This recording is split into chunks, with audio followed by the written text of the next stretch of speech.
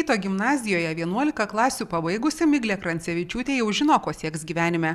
Jos svajonių profesija – žurnalistika. Todėl jau dabar mergina stengiasi iš arčiau susipažinti su šio darbo specifika, rašo straipsnius, mėgina rengti vaizdo reportažus ir labai daug bendrauja su žmonėmis. Tačiau tai ne vienintelis Miglės pomėgis.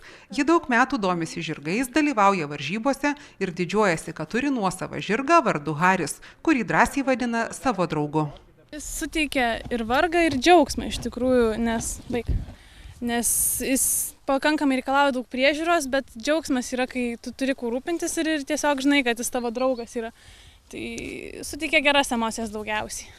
Ir piniginės išlaidas, žinoma, kaip bebūtų gaila. Domėti žirgais Miglė pradėjo vos išmokusi vaikščioti. Augant, meilė šiems nuostabiems gyvūnams ne tik neslopo, bet ir nenumaldomai didėjo. Mergaitė išnaudodavo kiekvieną galimybę pabūti su žirgais. Rimtų pomėgių jie tapo, kai Miglė apsilankė Seirijose esančiame žirgyne, būdama 12 metų. Jos domėjimas žirgais profesionalus. Drąsiai balnoja žirgą, šukuoja, dresuoja. Jis ją supranta ir klauso. Regis Miglė apie žirgus žino labai daug. Kuogi jie ją žavi?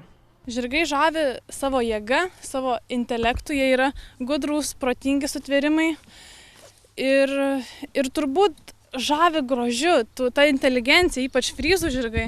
Jie yra... Nori filmuoti? Aha, jie yra be galo gražios išvaizdos, prakilnus. Mergina nesustodama galėtų pasakoti apie savo žirgą Harį. Nuo vaikystės buvo ta meilė žirgam, jie visą laiką buvo dėmesio centre. Be kitų dar pomėgių, bet žirgai visą laiką dominavo. Jie buvo. Kodėl? Čia gal turbūt iš mamos šaknys. Mama labai mylėjo žirgus. Tik niekada neturėjo galimybės tokios, kokią turiu aš. O aš gavau galimybę.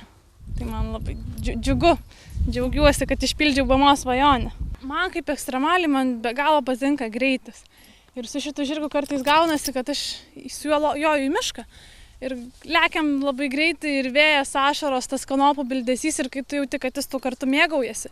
Kad jis džiaugiasi gyvenime, man tai yra didžiausias džiaugsmas, kadangi jis galėjo būti ir parduotas į mėsą ir visaip kaip ir ko tik ten su juo nebūtų buvę. Tai man džiugu, kad jis džiaugiuosi. Trakėnų veislės žirgo Hario sugebėjimus gali įvertinti ir kiti žmonės. Miglė jiems siūlo pramogą – pasijodinėjimą. Haris yra puikus turistams, jis labai dėmesingas, labai komunikabilus, kaip matot, labai darbštus ir žmonės aš tikrai kviečiu atvažiuoti ir pajot be problemų visą laiką, visą vasarą taip darau, visas vasaras.